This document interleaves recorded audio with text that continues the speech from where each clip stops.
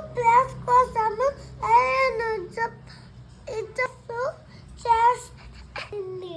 అప్పుడు అప్పుడు ఒక ప్లేస్ దొరికింది. ఫైనల్ గా ఒక ప్లేస్ దొరికింది. లయన్కి